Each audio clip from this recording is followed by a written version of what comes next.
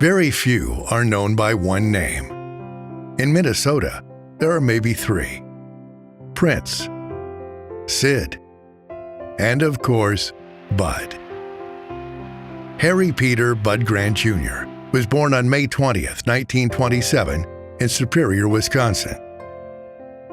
He was a tri-sport athlete at Superior Central High School and later enlisted in the Navy during World War II. He was assigned to the Great Lakes Naval Training Station in Illinois, where he played football for the great Paul Brown.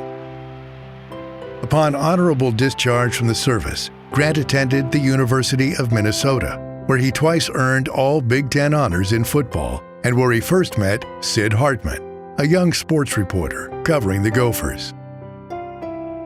The two developed an incredible bond between athlete and reporter.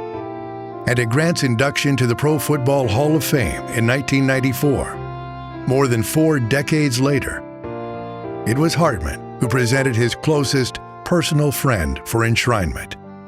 And if my mother was here today, she's 93 years old, she couldn't make it, I'd look at her face and see the pride she would have, that only a mother can have. And if my father was here, he'd stand up and he'd say, "The kid made it. He finally made it." As all of you know, working journalists are taught to avoid friendships with the people they cover. They call it conflict of interest. If that had been the rule some 45 years ago, it would have cost me one of the best friends I have on this earth. In 1950, Grant was drafted by the Minneapolis Lakers of the NBA and the NFL's Philadelphia Eagles. He played 2 seasons for the Lakers, for which Hartman was quietly the general manager, and was a member of the 1950 championship team.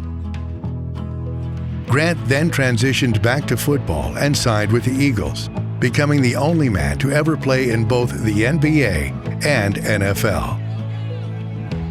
He played 2 seasons for the Eagles, first as a defensive end, and then as a wide receiver. And in 1953, he left the U.S. to join the Winnipeg Blue Bombers of the Canadian Football League.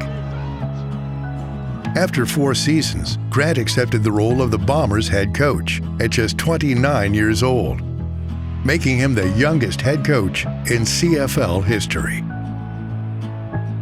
The Blue Bombers under Grant made 6 Grey Cup appearances in 10 seasons, winning the championship 4 times.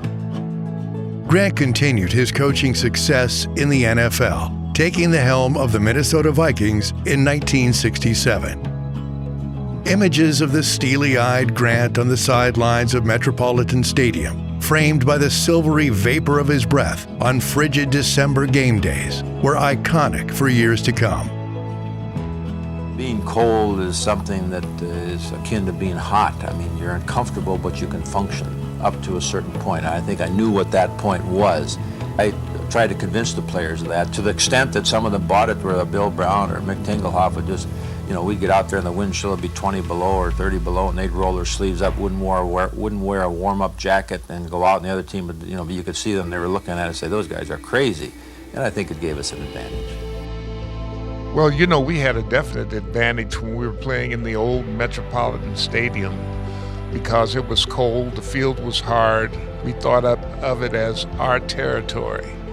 Teams that came in just couldn't understand. We had no heaters on the sidelines. Sometimes it was anywhere from 20 degrees to 20 below, when the wind blew. Fran Tarkington, Sammy White, Mick Tingelhoff, Chuck Foreman, Paul Krause, Ahmad Rashad, all were among Vikings legends who flourished under Grant. He's going deep, down the right side, and it is fought for, and it's touchdown! Touchdown! Rashad! I don't believe it! Absolutely one of the great dramatic finishes of any football game, anywhere. He was known for ruthless defenses, anchored by the Purple People Eaters. The Viking front four has been an inseparable unit since 1967, when Alan Page arrived from Notre Dame.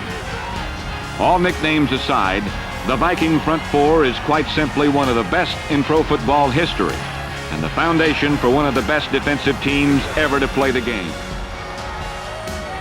Carl Eller, Alan Page, Gary Larson, and Jim Marshall, whom Grant regularly called a special, special player. He taught us that winning was a habit. We had the spirit or the esprit de corps or the togetherness before Bud came, but he put it all together and made us a winning football team.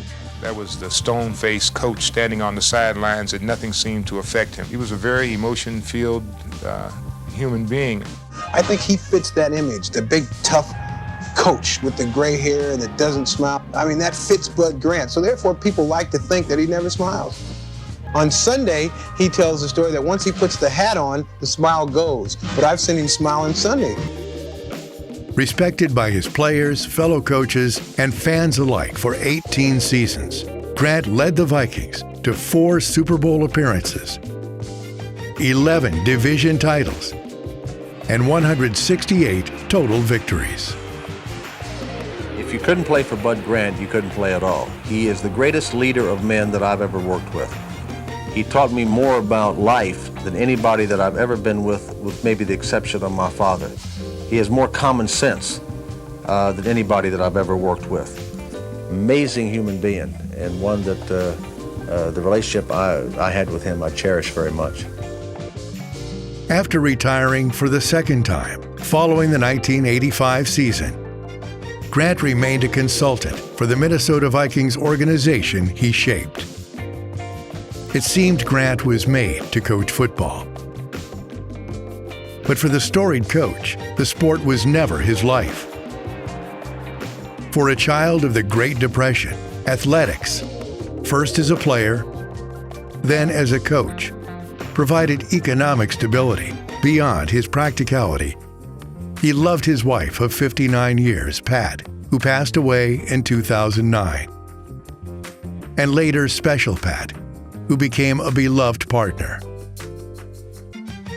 He loved his 6 children and was a loving grandfather to 19 grandchildren. You've got 6 children, you come from absolute zero.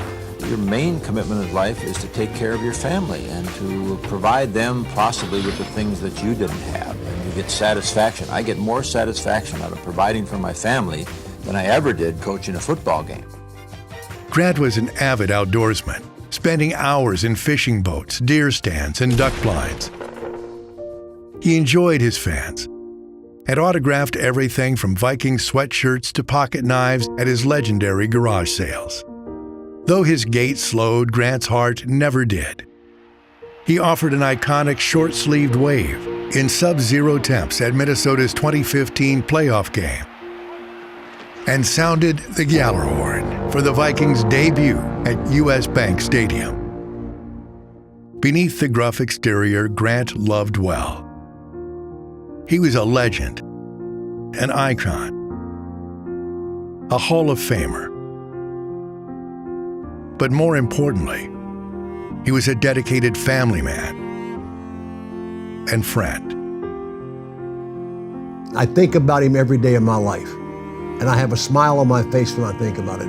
He was truly the most unique and one of the greatest coaches in the history of the game. There will never be another Bud.